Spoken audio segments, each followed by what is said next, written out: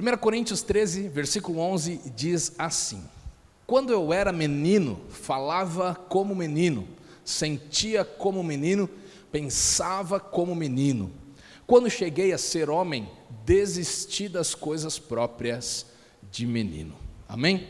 Senhor, nesta noite, nós oramos para que o Senhor fale conosco, nós abrimos os nossos corações e estamos desejosos, Pai, de aprender de Ti, que o Senhor acrescente algo novo sobre as nossas vidas, que o Teu Espírito Santo lapide o nosso coração, para que possamos nos tornar as pessoas que o Senhor deseja que nós sejamos. Pai, obrigado pela oportunidade, pelo privilégio de lermos a Tua Palavra nesta noite, em nome de Jesus, amém. Amém. O título desta noite é esse aqui: é necessário crescer. E o apóstolo Paulo, ele escreve essa carta à igreja de Corinto, e ele nesse capítulo todo fala sobre o amor de Deus. É o capítulo do amor na Bíblia. Muitos casamentos, se você for num casamento cristão, provavelmente você vai ouvir um trecho deste capítulo, falando sobre família. Em algum seminário, provavelmente você vai ouvir também. É o chamado capítulo do amor, onde Paulo fala tantas coisas maravilhosas. E se você ler o capítulo todo, nós não vamos ler na íntegra, mas ele começa falando: ainda que eu fale a língua dos homens, ainda que eu fale a língua dos anjos, se eu não tiver amor, isso vai ser só um barulho, isso vai ser como um sino que faz barulho, como um símbolo que faz barulho. Ainda que eu tenha dons de profetizar, ainda que eu dê os meus bens e riquezas aos pobres, se eu não tiver amor, de nada isso tem valor. E aí ele fala: o amor é paciente, o amor é bondoso, o amor é longânimo, o amor não suspeita mal, o amor tem prazer naquilo que é verdadeiro, o amor tem prazer naquilo que é justo, o amor não se ressente, não se alegra com a injustiça, mas sim com a verdade, e ele tudo crê, tudo espera, tudo suporta. E aí ele termina falando esse capítulo que permanece a fé, a esperança, o amor, mas que dentre estes três, o maior deles é o amor. Ele fala sobre o amor de Deus, um amor que é incondicional, um amor que ultrapassa todas as barreiras humanas, é um amor perfeito, o amor que vem de Deus, que produz bondade, que produz paciência, produz justiça, verdade, esperança, produz em nós a capacidade de suportar, de ser suporte para outra pessoa. E esse amor também produz crescimento, porque ele fala essa parte aqui que nós lemos: eu era um menino, eu pensava como um menino, eu agia como um menino, eu sentia, mas hoje sou um homem, então deixei para trás as coisas de menino. Ele está dizendo sobre isso, sobre crescimento, que esse amor perfeito que vem de Deus produz em nós também crescimento. Amém? Amém. E essa palavra tem falado muito comigo nesses dias, porque falando de crescimento, falando sobre amadurecimento, falando sobre crescer na vida, falando sobre desenvolvimento, eu estou numa fase, não sei se você sabe, estou para me casar daqui a algumas semanas. E é uma fase nova, é uma fase desafiadora, é uma fase onde eu preciso entender que eu vou me tornar o homem com uma família agora, né? Vou precisar deixar todo o carinho, o mimo, o cuidado do papai e da mamãe, que sempre são tão solícitos. Só sei que foi bem criado assim, com um pai e uma mãe que te paparica, você sabe o que eu estou falando, né? Meus pais são assim. E por todo o carinho que eu tenha por eles, por mais que eu ame a minha casa, o meu lar, é o curso da vida. A gente cresce e a gente dá novos passos e a gente vai para uma nova fase das nossas vidas. E é assim, nós precisamos crescer. Não combina, né? Um homem de 30, 40 anos viver lá agindo talvez como um adolescente. Não combina. Se você pegar um homem de 40, 50 anos, indo para festas, não tendo responsabilidades, não trabalhando, você consegue imaginar isso? Não combina. Porque a vida exige de nós crescimento, exige de nós desenvolvimento. É isso aí, precisamos crescer. Amém? Eu vim essa noite para te dizer isso, precisamos crescer. No dicionário, o que significa crescer? Significa desenvolver progressivamente, significa aumentar progressivamente. E Deus espera isso de nós, Ele quer nos desenvolver em todas as áreas das nossas vidas. Lendo a palavra de Deus, eu vejo que Deus é um Deus de crescimento. Deus é um Deus que ama o crescimento. Deus, Ele tem prazer, Ele opera gerando crescimento o tempo todo, em todos os lugares. Tudo que Deus toca, cresce. Aonde Deus põe a mão, se torna melhor. Aonde Deus chega, aquilo se desenvolve. Aonde Deus está, tem avanço, tem crescimento, tem melhoria, tem avanço, tem... é completo. Tudo aquilo que Deus faz, Ele vê que é bom, Ele vê que se torna completo. Deus é assim, Deus é assim. E eu quero ler um outro texto aqui com vocês, 1 Coríntios capítulo 3. Paulo, ele está falando aqui para uma igreja de Corinto, a mesma igreja que nós lemos agora há pouco, e ele está falando para eles sobre esta necessidade de crescimento, sobre essa necessidade de amadurecimento na fé. E ele diz assim, versículo 1: Eu, porém, irmãos, não pude falar a vocês como a pessoas espirituais, e sim como a pessoas carnais, como a crianças em Cristo. Versículo 2: Eu lhes dei leite para beber, não pude alimentá-los com comida sólida, porque vocês ainda não podiam suportar, nem ainda agora podem, porque vocês ainda são carnais. Porque se há ciúmes e brigas entre vocês, será que isso não mostra que vocês são carnais e andam segundo os padrões humanos? Versículo 4, quando alguém diz, eu sou de Paulo, e o outro diz, eu sou de Apolo, não é evidente que vocês andam segundo padrões humanos? Quem é Apolo? Quem é Paulo? São servos por meio de quem vocês creram, e isso conforme o Senhor concedeu a cada um. Eu plantei, Paulo falando, né? Apolo regou, mas o crescimento veio de quem? De Deus. O crescimento veio de Deus, de modo que nem o que planta é alguma coisa e nem o que rega, mas Deus que dá o crescimento. Amém? O crescimento vem de Deus. Deus deseja que todas as áreas das nossas vidas sejam desenvolvidas, sejam melhores e maiores a cada dia. Deus deseja desenvolver em nós abrangência, desenvolver em nós um caráter mais sólido, um amadurecimento, um crescimento. E esse crescimento que vem de Deus, ele é resultado de um processo de amadurecimento em nossas vidas. Não é da noite para o dia, é um processo, é uma caminhada. E esse crescimento, ele é o fruto de um acompanhamento de Deus em nossas vidas, gerando amadurecimento. Paulo diz, eu queria dar para vocês um alimento mais sólido. Eu queria dar para vocês, comparando com uma criança, eu queria dar para vocês uma carne, um alimento mais robusto, mas eu precisei falar com vocês de uma forma mais básica, eu precisei falar com vocês sobre as coisas de Deus de uma forma mais leve, como se fosse um leitinho para uma criança, porque vocês ainda não podem suportar um alimento mais sólido, uma revelação mais profunda de Deus. Vocês ainda não podem suportar uma oportunidade maior que venha de Deus, porque vocês ainda são carnais. É o que ele está dizendo aqui.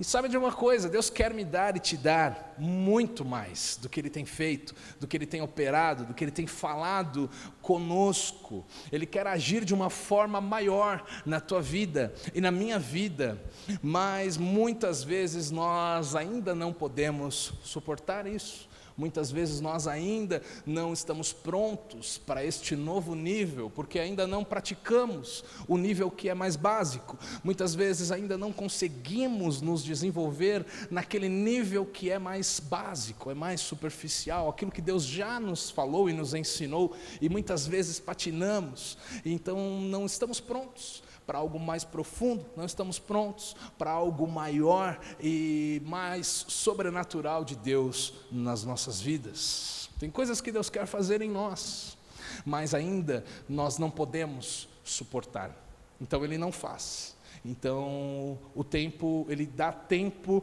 para que nós estejamos prontos e de fato possamos crescer primeiro para receber aquilo que Ele tem para nós. Paulo está falando aqui, vocês ainda têm ciúmes uns dos outros, vocês brigam. As brigas e os ciúmes são evidências de pessoas que ainda não são maduras na sua fé.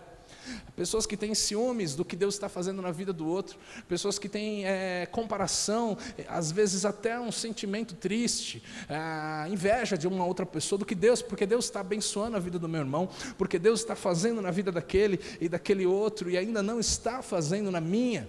A gente se compara, a gente se inferioriza. Paulo diz, isso aí é sinônimo de que vocês ainda não estão prontos para receber algo maior de Deus. Que possamos ser felizes, que possamos ficar contentes pelo que Deus está fazendo na vida de outras pessoas, amém? Porque quando nós celebramos a vida do nosso irmão, nós estamos comemorando, estamos realmente entendendo que somos uma família em Cristo, uma família na fé. Quando um é abençoado, o corpo todo se sente bem, o corpo todo se sente feliz. É assim que precisa ser, não é uma competição. Estar na igreja, estar caminhando com Deus, não é uma competição para quem é mais abençoado, quem vive mais bênçãos de Deus. Não, na verdade Deus tem uma história para cada um de nós, e esta história é diferente um do outro. O que Deus quer fazer na minha vida é diferente do que Ele quer fazer na tua vida, e o que Deus, e não quer dizer que uma coisa é maior ou menor, ou melhor ou pior, não, é diferente, é único, porque Deus nos enxerga assim, de forma única. Você é especial para Deus, amém? Amém. E Paulo está falando o seguinte, vocês brigam. Um fala que é de Apolo, outro fala que é de Paulo, e vocês estão fazendo uma confusão aí. E tem gente até que pensa que que vai conseguir as coisas que precisa na sua vida brigando, é pela força, é por se impor. Tem gente que pensa que é assim, mas eu te digo, não é assim. Não é assim. Nós precisamos crescer, nós precisamos entender como Deus faz as coisas nas nossas vidas, amém? Não é por força, a Bíblia diz, não é por violência, é pelo meu espírito, diz o Senhor. Agindo Deus, ninguém pode impedir. Quando Deus resolve abençoar a tua vida, não há demônio que consiga segurar isso. Então a gente precisa estar feliz com o que Deus está fazendo hoje. A gente precisa estar feliz com o que Deus está fazendo na vida do nosso irmão. A gente precisa, e sinto aqui vendo esse texto, que aquela igreja era uma igreja, eram irmãos, conheciam a palavra e ainda estavam patinando em coisas básicas da sua fé. Provérbios 15:33 fala assim que a humildade vem antes da honra. A humildade vem antes da honra. Quer ter honra, quer ser honrado, quer viver uma posição de destaque do que Deus tem para a sua vida, seja humilde, comece sendo humilde, nunca perca um coração humilde, um coração submisso à vontade de Deus, submisso às pessoas que Deus coloca como liderança na tua vida. Esse é o caminho da honra, é o caminho. Para vivermos esse tipo de amor que eu li lá no começo, Coríntios 13, nós vamos precisar crescer, nós vamos precisar nos desenvolver, não é verdade? Se você já se casou, eu estou aprendendo essa lição, você deve ter reparado que não é sempre do teu jeito, não é sempre da tua vontade, não é mesmo? A verdade é quase nunca é do seu jeito, né? Estou brincando. Mas você tem que aprender, porque se você não crescer, vai ter problema, né? Não vai conseguir viver esse amor de Deus que é para nós, é para ser real nas nossas vidas. Casais brigam, famílias se rompem, porque não aprenderam que tem que crescer, tem que crescer, tem que deixar os mimos de lado, tem que deixar muitas vezes a própria vontade em segundo lugar, tem que saber reconhecer, pedir perdão, ser humilde. A gente tem que crescer. Amém? Amém? É para falar amém, hein, irmão? Deus está falando aqui essa noite. Porque a gente chega na casa de Deus e muitas vezes a gente quer ouvir uma palavra de vitória. E eu te digo, essa é uma palavra de vitória. E é isso aí. Muitos de nós estamos precisando crescer um pouquinho para que Deus libere bênçãos. Então, quanto antes a gente aprende a lição, menos tempo a gente perde. Amém? É com esse amor que Deus me trouxe aqui essa noite. Você sabe que eu não sou de dar bronca, pregando, porque eu preciso. Antes de Deus falar com você, Deus fala comigo. Às vezes para mim é tão difícil falar alguma coisa que confronte, porque Deus confronta a mim primeiro, né? Então eu estou com vocês, estou falando, é como se eu estivesse aqui na primeira fileira sentado e me ouvindo pregar para mim mesmo. Amém? E Deus me trouxe aqui 4 implicações do crescimento, 4 exigências que todo tipo de crescimento provoca nas nossas vidas. Eu quero falar rapidamente dessas 4 implicações. Primeira delas, crescer exige de nós assumirmos compromissos e responsabilidades maiores. Amém, Senhor? Até Deus está comemorando. Assumir compromissos e responsabilidades maiores. Uma criança, por exemplo, não pode dirigir um carro. Por mais que ela goste, por mais que ela brinque de carrinho, por mais que você como pai tenha condições de dar um carro para o seu filho, ele tem lá 5 anos, 7 anos. Por que você não pode fazer isso ainda naquela fase? Porque ele pode matar alguém com aquele carro. Pode matar a si mesmo, é perigoso, não é para aquela fase. Isso vai exigir que ele faça aulas antes, que ele tenha a maturidade, a idade necessária para entender que tem consequências as atitudes dele ali naquele volante. Não é assim? Agora, quando ele tiver a idade, quando ele estiver pronto, quando ele entender o tipo de compromisso que ele assume dirigindo um carro, um compromisso com a sociedade, um compromisso com ele mesmo, um compromisso com as leis de trânsito, um compromisso com as autoridades policiais, ele consegue fazer aquilo, sendo algo bom para a sua vida. Então, o mesmo acontece com a nossa vida como cristãos, como filhos de Deus. Na verdade, tantos cristãos hoje em dia fogem de assumirem compromissos, fogem de assumirem responsabilidades, mas sabe que Deus só libera coisas maiores, Deus só libera oportunidades maiores a quem está disposto a assumir compromissos e responsabilidades maiores também. Vem junto, vem junto. Mas o irmão não cumpre o horário nem no trabalho, o irmão não é responsável nem pelo trabalho que ele está ganhando, o irmão não cumpre a escala no ministério, na igreja.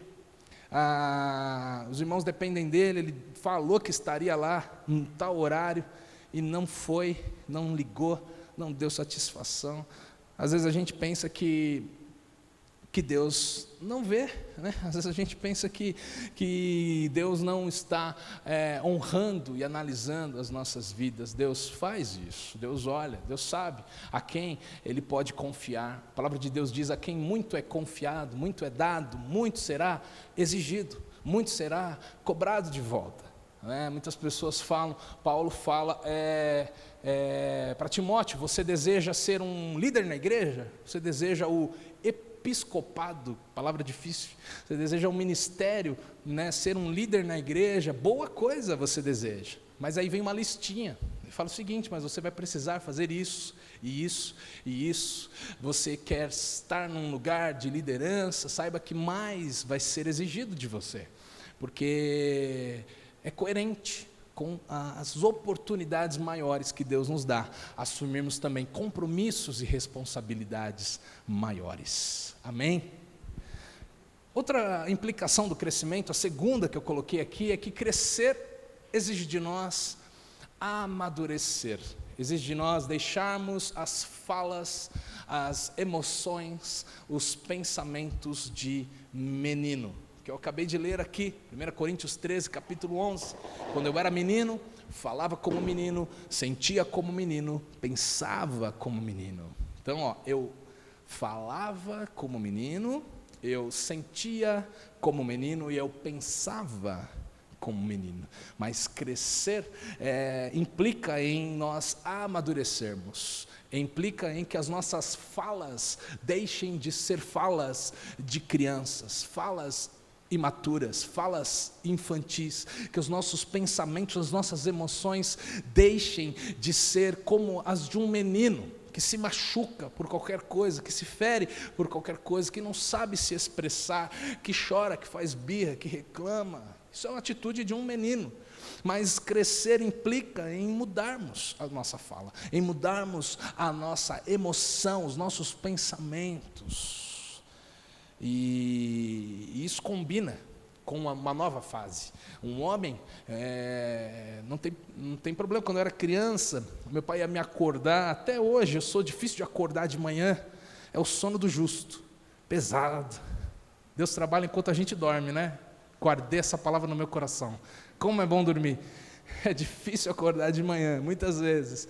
Para ir para a escola, 6 horas da manhã tinha que acordar, aquela chuva, às vezes um frio no inverno. Você fala, não quero. Hoje em dia, se eu não levantar, meu pai não vai lá mais me chacoalhar na minha cama. Eu perco o horário. Eu deixo de participar da reunião que começa às 9. Eu deixo de entregar um compromisso que eu tinha que entregar no primeiro horário. Mudou. Não dá para eu me dar ao luxo de falar, está frio, não vou levantar. Não dá mais. A fala tem que mudar. A atitude, o pensamento tem que mudar. Não é verdade? Porque a gente cresce. A mesma coisa diante de Deus, né? Muitas vezes a gente tem uma fala ainda infantil. Muitas vezes a gente faz birra com Deus. E muitas vezes a gente se mantém num lugar de imaturidade com Deus. E aí isso nos impede de experimentarmos coisas maiores que Deus tem para nós. Amém? Terceira implicação que o crescimento provoca em nós é que crescer exige de nós realizar, diga realizar, ajudar, diga ajudar, servir, diga servir.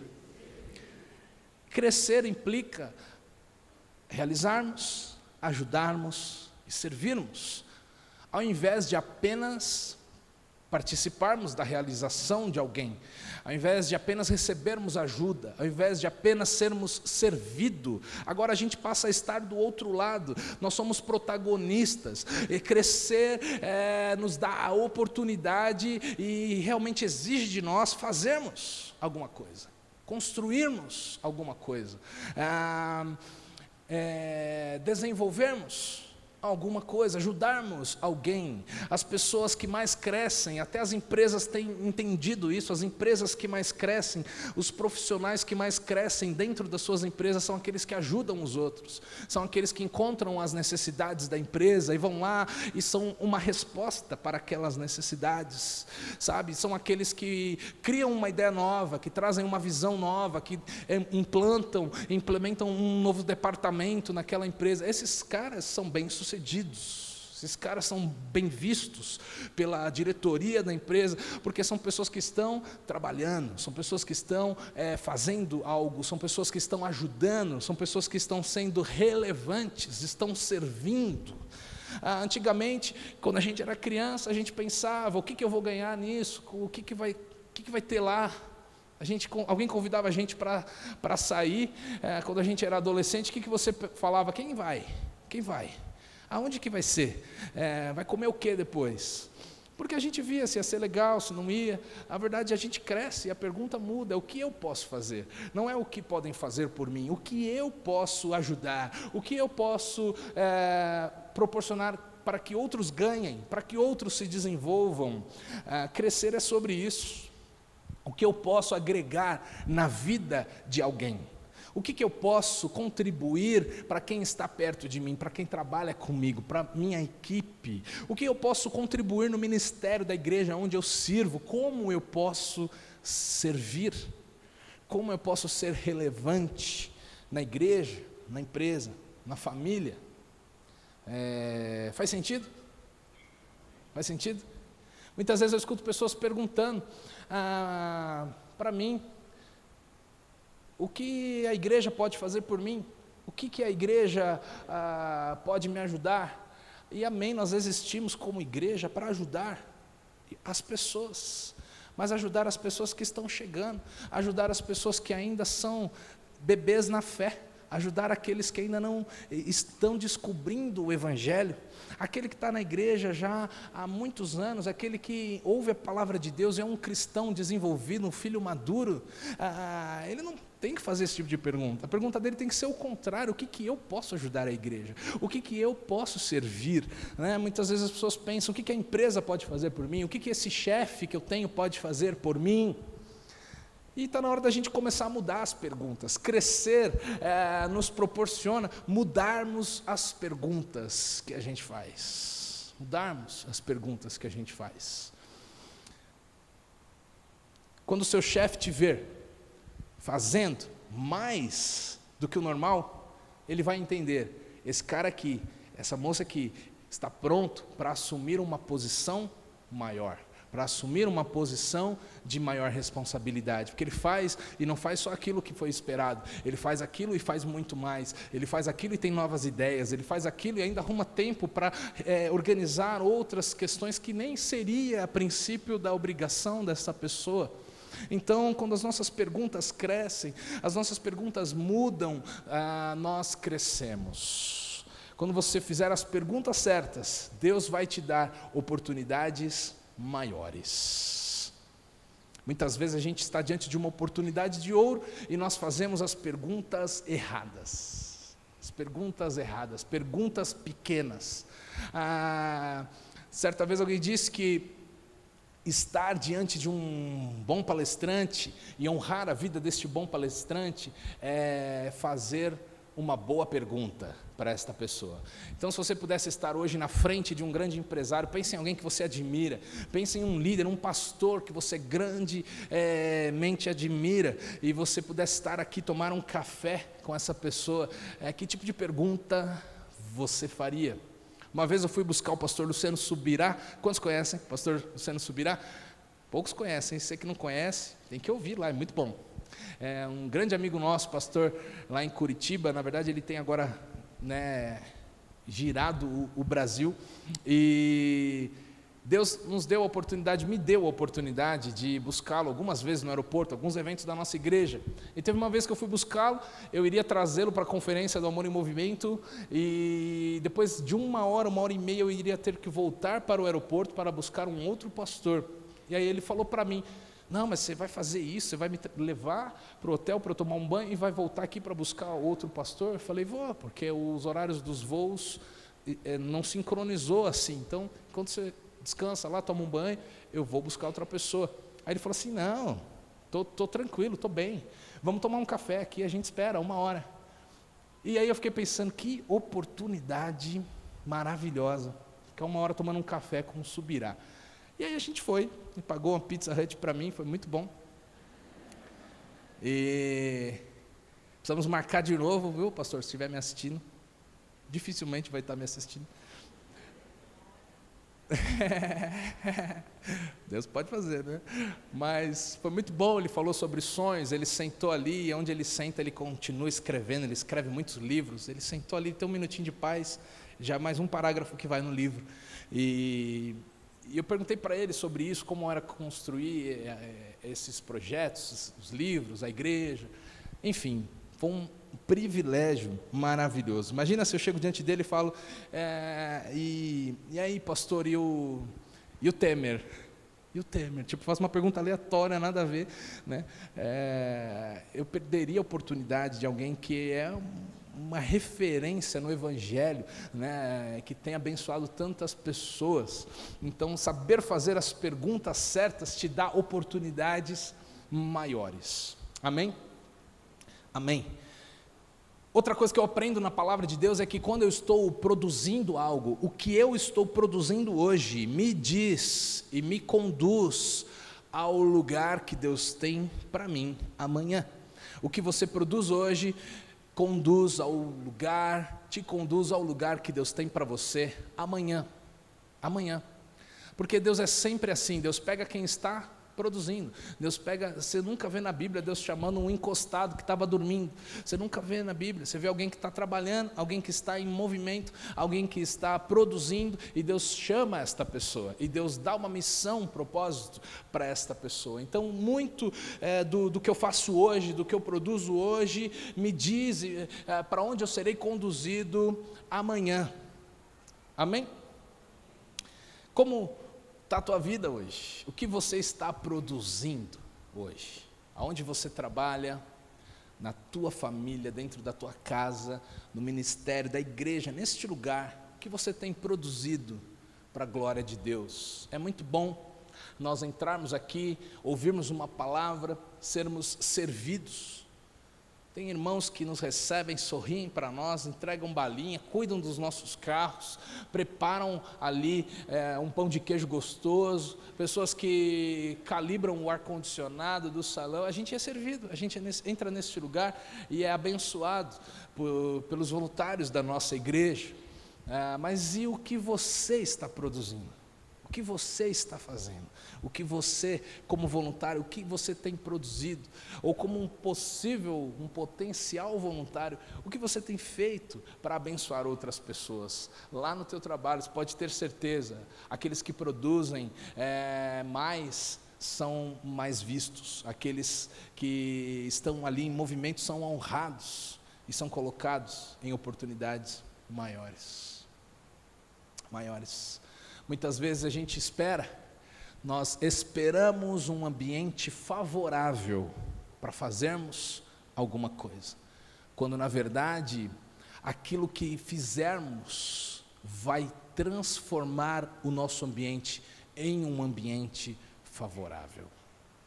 Amém?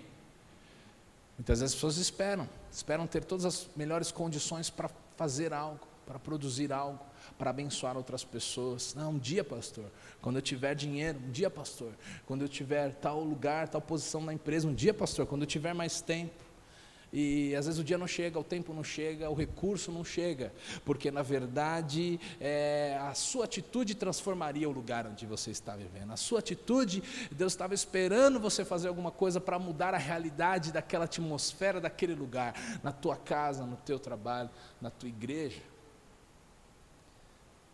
Última implicação aqui: crescer implica buscarmos um conhecimento maior, mais completo, um conhecimento mais amplo, e não apenas vermos o que está diante dos nossos olhos hoje, no momento. 1 Coríntios 13:12 diz lá, porque agora vemos, a continuação daquele texto do menino, ele diz, porque agora vemos como num espelho, de forma obscura, depois veremos face a face. Agora o meu conhecimento é incompleto, depois conhecerei como também sou conhecido. Aqui ele está falando sobre Deus, sobre o amor de Deus. Hoje nós o conhecemos de forma parcial, como num espelho, de uma forma incompleta, mas um dia o veremos face a face. Amém? Um dia o conheceremos em sua plenitude, como por ele somos conhecidos. Glória a Deus, glória a Deus. Isso é crescimento, é conhecer mais, é se aprofundar na revelação, é entender o todo e não apenas a área pequena em si, e não apenas o momento em si. Pessoas brigam com seus vizinhos por causa de coisas pessoais, porque estão vendo apenas o seu lado. Pessoas brigam com a sua família porque estão apenas vendo os seus interesses, e isso é uma atitude infantil, não é uma atitude de quem está crescendo, porque quem vê o todo não briga por uma parte que só diz respeito a você. Como a gente diz por aí, o meu direito termina onde começa o direito da outra pessoa. Eu não posso na minha casa simplesmente ligar o som alto, fazer uma festa, uma rave a semana inteira, a madrugada toda, e achar que não vou incomodar ninguém. O meu direito termina onde começa o do meu vizinho. Então, mas muitas vezes nas nossas vidas a gente não olha o todo, né? A gente pensa o que é melhor para mim individualmente, e não o que é melhor para a minha família, e não o que é melhor para a minha rua, para os meus vizinhos, o que é melhor para a minha igreja. Então Deus nos leva a pensar nisso. Nós deixamos para trás as coisas de menino. E isso abre os nossos olhos para que possamos entender melhor o todo e que possamos enxergar mais profundamente as coisas. Crescer vai exigir de nós deixarmos de olhar apenas para o nosso interesse e olharmos para um interesse maior. Amém? Jesus é a prova disso. Jesus não veio a este mundo para salvar a si mesmo, ele nem precisava vir a este mundo, mas Jesus veio para salvar a quem? A nós, salvar a humanidade. Ele veio pensando no bem da humanidade, e não no bem dele, e não no interesse dele, e não no que ele mesmo, por ele só gostaria de fazer. Ele veio pensando em mim, em você. Jesus deu a sua vida por nós, não por ele. Ele fez isso pela humanidade, pensando no outro, pensando no todo. Amém? Rapidamente quero te falar de Jonas. Jonas, o livro de Jonas tem 4 capítulos e é uma história maravilhosa. E no primeiro versículo do primeiro capítulo, Deus chama a Jonas, e vem a palavra do Senhor a Jonas, filho de Amitai, dizendo o seguinte: levante-se e vá para a grande cidade de Nínive, e pregue contra ela, porque a sua maldade subiu até a minha presença. E aí, Jonas se levantou, mas, tem um mas aí, mas para fugir da presença do Senhor, para Tarsis. Ele desceu a Jope, encontrou um navio que ia para Tarsis, pagou a passagem e embarcou no navio para ir com eles para Tarsis, para longe da presença do Senhor. Como se fosse possível ir para longe da presença do Senhor? É impossível. Deus está em todo lugar. Não tem como nós nos escondermos de Deus. Não é verdade? Jonas, ele era maduro para ouvir a voz de Deus. Jonas ouviu, Deus falou com ele, mas ele não era maduro para entender que ele não podia fugir da presença de Deus. Jonas estava achando que ele poderia fugir da presença de Deus. E a história vai, ele fica bravo, na verdade, porque os ninivitas eram inimigos do povo de Deus, e aí ele sabia que se ele fosse lá e pregasse, e de repente eles se convertessem, a história deles seria diferente, seria abençoada, e o que ele queria é que os inimigos fossem destruídos, o que ele queria era ver o mal daquela cidade, e não o bem. Então ele foge, ele vai para Tarsis, é como se ele pudesse dizer para Deus: tá bom, eu vou, e ele sai daqui, e é como se Deus não me visse mais. Eu vou pegar o barco, o navio, vou para outro lugar. Mas tudo deu errado quando ele desobedece à voz de Deus. Tem uma tempestade no mar, todo mundo acha que vai afundar, eles tiram sortes lá e percebem que o culpado é Jonas. E eles perguntam para ele: o que você está fazendo? De onde você vem? E ele fala: realmente eu sou o culpado por essa tempestade. Me joguem no mar e o navio vai se salvar, vocês vão se salvar. Eles até oram. Lá eles nem são cristãos, mas eles oram e dizem que Deus nos perdoe por fazermos isso, e jogam Jonas no mar.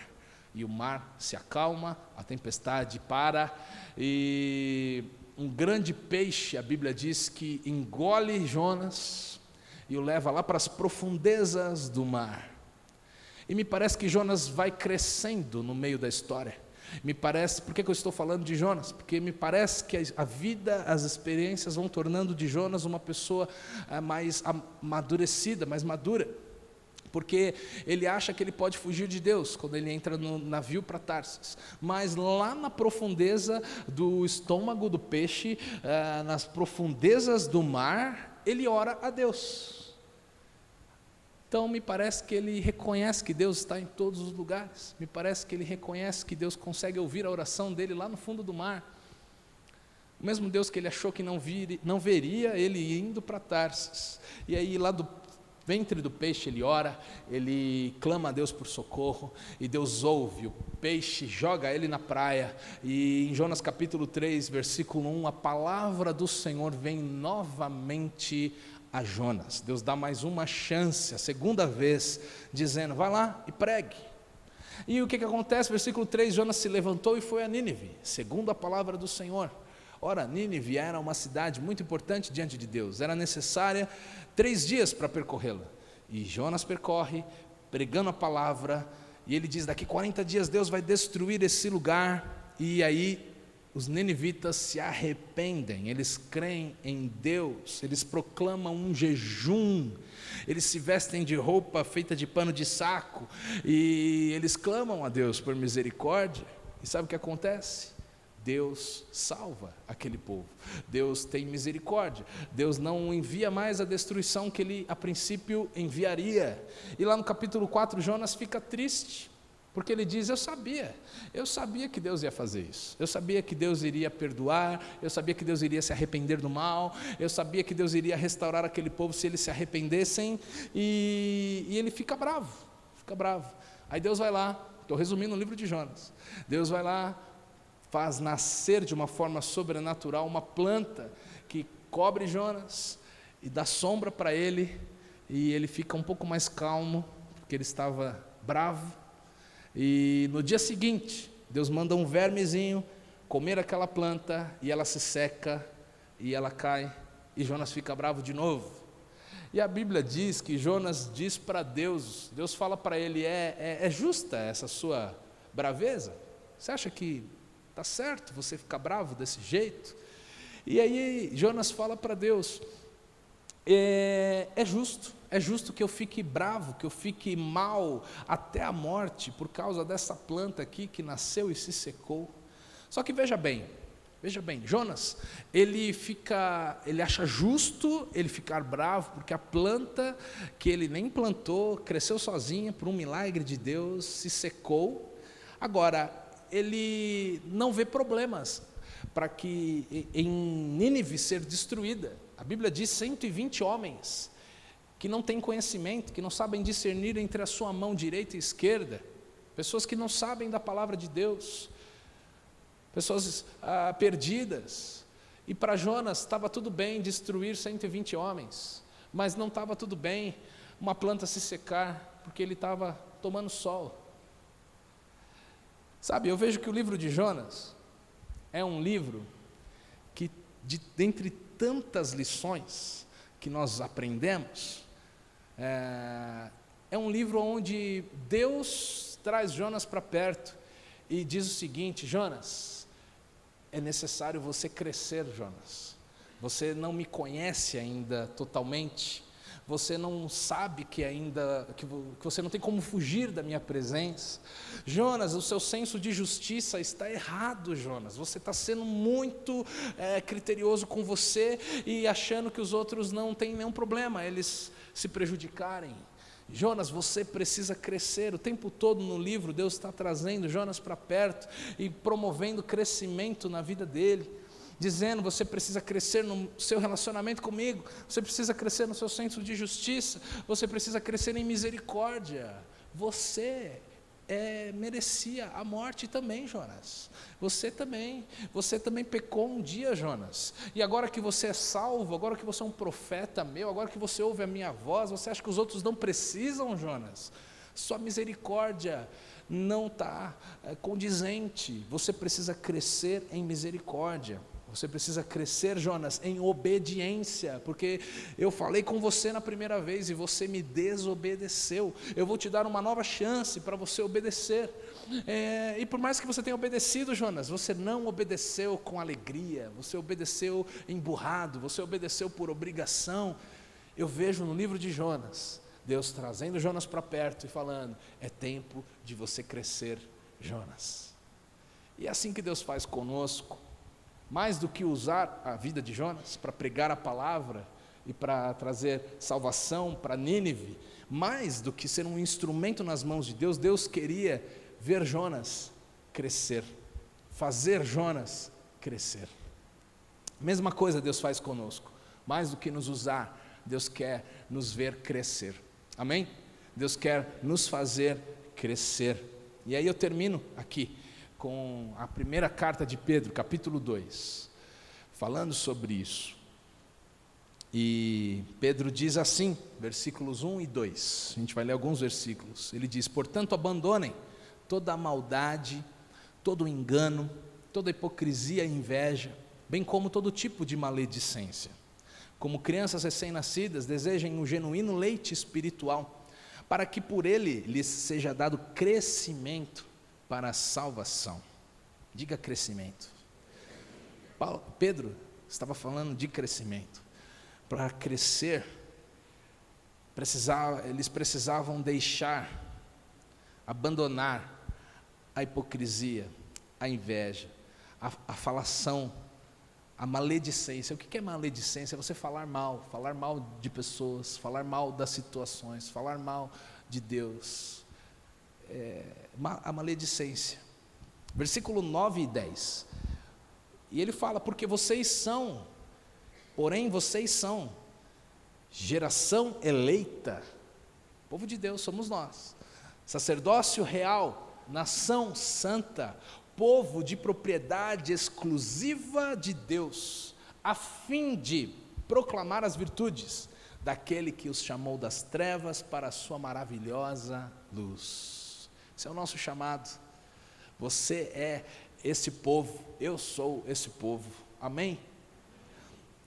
Agora veja bem, e no versículo 10 ele fala: vocês antes não eram povo, nem eram, mas agora são povo de Deus. Antes vocês não tinham alcançado misericórdia, mas agora alcançaram misericórdia. Veja bem, Deus nos salvou, Deus nos chamou, nos tirou das trevas, nos trouxe para a luz, para a sua maravilhosa luz, com uma finalidade, com um propósito. A Bíblia diz: a fim de proclamardes as virtudes daquele que te chamou. Deus não nos chamou para proclamarmos outra coisa que não seja as virtudes de Deus. Muitas vezes a nossa boca tem se enchido de reclamações, de murmurações, de descontentamento, de falatórios. Mas a Bíblia diz que nós fomos chamados a fim de, com o propósito de proclamarmos virtudes.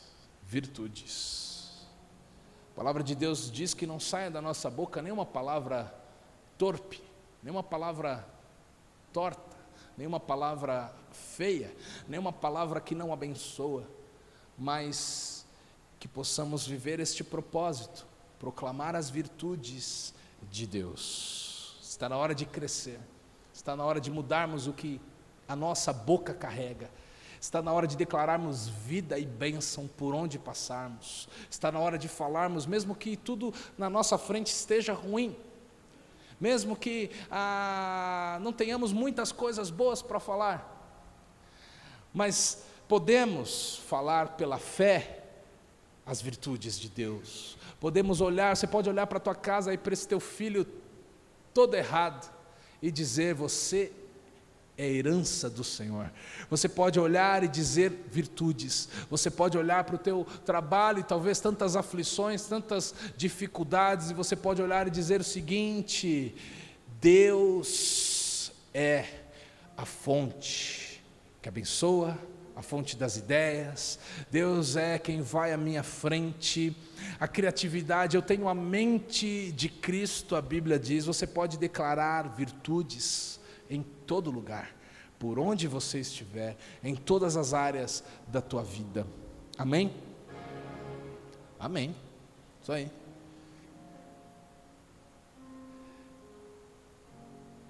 E ele diz, versículo 15: porque assim é a vontade de Deus, que pela prática do bem vocês silenciem a ignorância dos insensatos. Como pessoas livres que são, não usem da liberdade como desculpa para fazer o mal, mas pelo contrário, vivam como servos de Deus. Tratem todos com honra, amem os irmãos na fé, temam a Deus e honrem o rei. O que ele está falando não é brigando, não é criticando que você vai vencer, mas é praticando o bem que você vai silenciar a ignorância dos insensatos. Poderosa essa palavra. Nós somos livres? Somos livres.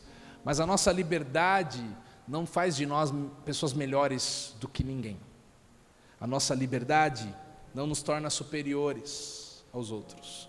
A palavra de Deus diz: seja servo, seja aquele que serve, seja aquele que abençoa. Os princípios de Deus são diferentes do mundo. No mundo, as pessoas dizem: você tem que se impor, você tem que falar mais alto na reunião, você tem que se mostrar superior. Não, com Deus não é assim. Com Deus você precisa e eu preciso sermos servos, honrarmos o rei, aquele que está acima de nós. Honre o teu chefe, honre o teu líder, honre o teu coordenador, honre o teu pai, a tua mãe, honre o pastor da igreja, o líder do ministério que você serve, honre.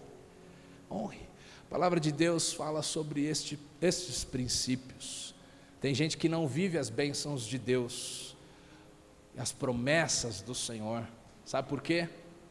Porque não estamos fazendo a lição de casa, porque não estamos crescendo e amadurecendo e desenvolvendo em nós as virtudes que nos preparam para a próxima fase, as virtudes que nos preparam para oportunidades maiores. E eu vim aqui nessa noite com todo o amor no meu coração, não para te dizer que eu sou o melhor e estou praticando tudo isso, não, mas para dizer para você que Deus nos dá este desafio, a você e a mim, de checarmos a nossa vida. Como está a nossa vida? Olha para a tua vida 2 anos atrás e olha hoje. Você ama mais as pessoas hoje? Você é mais bondoso hoje do que há 2 anos atrás? Você serve mais as pessoas hoje? Você reclama mais? Ou você glorifica mais? Da tua boca tem saído mais virtudes do que há 2 anos atrás? Ou tem saído mais murmuração e reclamação? Como está a tua vida? Nem precisa ir tão longe, há 1 mês atrás, porque a ideia de Deus para nós é que cresçamos e desenvolvamos sucessivamente. Se há 1 mês atrás para hoje não mudou nada na minha vida, eu parei de crescer. Como está a tua vida de 1 mês para trás para hoje? Amamos mais, servimos melhor, estamos crescendo, amadurecendo, estamos honrando aqueles que são superiores a nós, ou a gente quer conquistar as coisas pela briga e pela entonação de voz, ou pelas boas práticas, a gente tem calado os insensatos, como a Bíblia diz. É hora de crescer, amém? Você recebe esta palavra? Quando aceitamos esse desafio, crescer pode doer. Você que foi morar fora de casa, já fez isso antes de mim, você sabe, dói um pouquinho, eu já estou sentindo, crescer dói um pouquinho. Eu quando cresci fisicamente, na minha pré-adolescência, eu tinha dores terríveis, na minha perna, no meu joelho, dores terríveis, eu chorava de dor, e o médico falava que não tinha nada de anormal comigo, mas é porque eu estava crescendo, e cresci muito rápido, e meu corpo, minha perna cresceu, e esse crescimento provocava essas dores, que hoje eu não tenho mais. Mas é isso, crescer dói, muitas vezes, crescer é desconfortável, mas crescer é tudo o que precisamos para viver oportunidades maiores que Deus tem para nós, amém? Você pode se levantar, você recebe essa palavra na tua vida, você pode aplaudir ao Senhor. Saiba de uma coisa, Deus tem um novo tempo para as nossas vidas. Saiba de uma coisa, Deus conta conosco para sermos pessoas diferentes deste mundo, para sermos pessoas relevantes na nossa geração. Sabe de uma coisa, Deus tem um novo tempo para derramar sobre a nossa igreja, sobre as nossas vidas. Mais do que um prédio novo, Deus tem um tempo novo para você, um tempo novo para a tua casa, um tempo novo para a tua vida espiritual. Sabe, não perca a chance de viver tudo isso que Deus tem para você. Não se embarace, não deixe de crescer, não adie as promessas que Deus tem para você. Você já aprendeu que um relacionamento carnal não é para você, então pratique. Você já aprendeu que falar e reclamar e brigar não vai resolver, não é o que Deus espera? Então pratique, agradeça, glorifique, esteja pronto para a próxima fase que Deus tem para nós. Amém? Deus tem algo maravilhoso para as nossas vidas.